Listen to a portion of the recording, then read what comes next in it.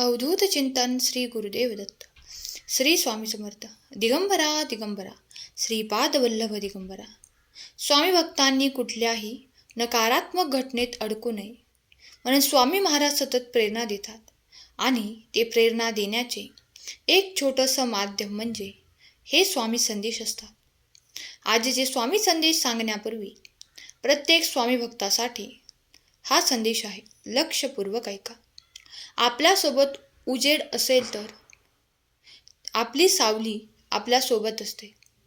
अंधार असेल तर मग ती सुद्धा आपल्याला सोडून जाते. तर लोकांकडून काय अपेक्षा ठेवायची. पण असेच आपल्या आयुष्यात येतात आणि आपली गरज संपली की आपल्याला एकटं सोडून निघून जातात. आयुष्य आपलं आहे.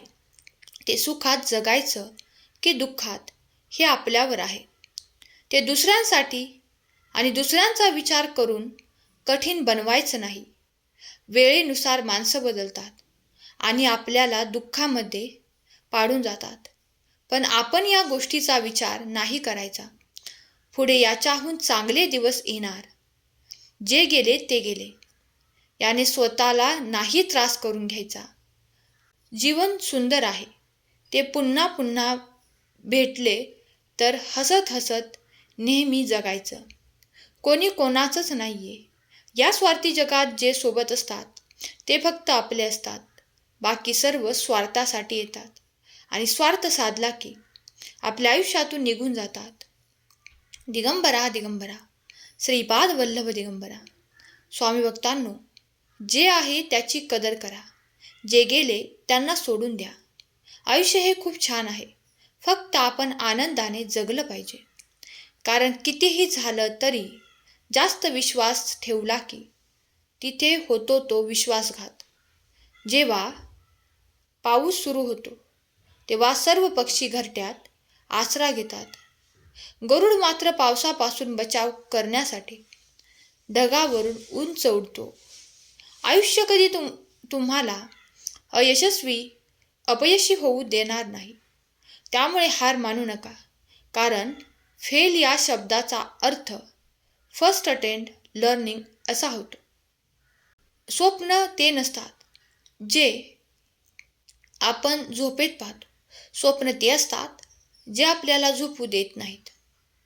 आयुष्यात कोणत्याही कारणास्तव हार मानू नका आणि समस्या कधीही आपला पराभव करू शकत नाहीत. या जगात एखाद्याला पराभव करणे खूप सोपे पण एखाद्याला जिंकणे तितकेच कठीण आहे. वाट पाहणाऱ्यांना फक्त तेवढेच मिळते जेवढे प्रयत्न करणारे सोडून देत असतात. पहिल्यांदा जिंकल्यावर आपण आराम करू नये. जर आपण दुसऱ्यांदा हरलो तर लोक म्हणतील की पहिला विजय आपल्याला मिळाला तो फुकटचा होता. तुम्हाला सूर्यासारखे चमकायचे असेल तर आधी सूर्यासारखे जळत राहा. जळत राहा म्हणजे दुसऱ्यावरती जळणार नाही. स्वतः मेहनत करणे, कष्ट करणे आणि यश प्राप्ती करणे. तुम्ही कोणत्या दिशेने जात आहात हे जाणून घ्या. जगातील सर्वात मोठी गोष्ट म्हणजे तुम्ही कोठे उभे आहात आणि कोणत्या दिशेने जात आहात हे समजणे. जेव्हा आशा, स्वप्ने आणि ध्येय तुटून पडतील तेव्हा या निराशाच्या ढिगाऱ्यामध्ये तुम्हाला लपलेली सुवर्णसंधी सापडेल. देशात सर्वाधिक बुद्धिमत्ता असलेल्या व्यक्ती शक्यतो वर्गातील शेवटच्या बाकावरच सापडतात. कठोर परिश्रम आणि आत्मविश्वास हा असफलता नावाच्या बिमारीवरील एक औषध आहे. तुम्हाला एक सफल व्यक्ती बनवत असते. त्यामुळे स्वतःवरील आत्मविश्वास कधी कमी होऊ देऊ नका आणि आपले श्रम कधीच कमी करू नका. भगवंत तुम्हाला साथ देतील. कायमच तुमच्यासोबत असणार आहेत. देवावर आणि स्वतःवर विश्वास हवा.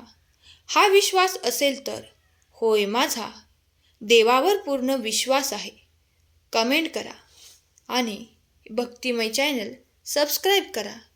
स्वामी भक्तांनो, वेगळा विचार करण्याचे धाडस करा. नवीन शोध लावण्याचे धाडस करा. नवीन मार्गावर चालण्याचे धाडस करा. अशक्य गोष्टी शोधण्याचे धाडस करा.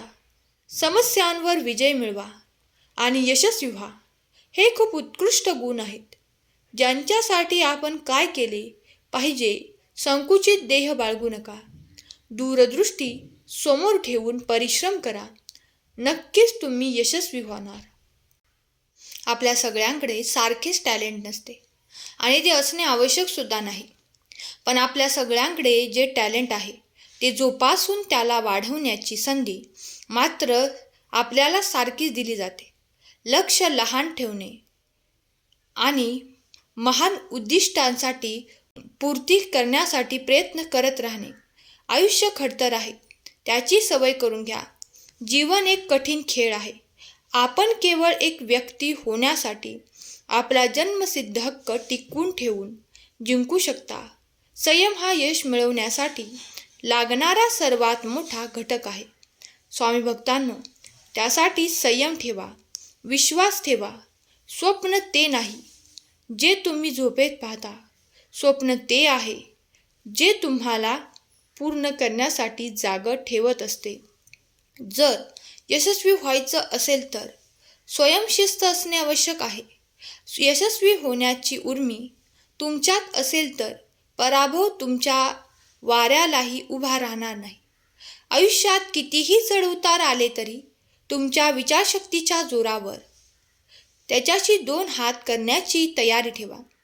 तुमच्यावर येणाऱ्या कठीण प्रसंगाच्या मदतीनेच तुमचे आत्मबळ वाढवा आणि त्या प्रसंगांनाच तुमच्या यशाचे साथीदार बनवा. जीवनात कठीण वेळ येणे महत्त्वाचे आहे, कारण ते यशाचे फळ चाखण्यासाठी आवश्यक आहे. विज्ञान हे मानवतेला मिळालेले एक देणगी आहे. आपण ती खराब करू नका.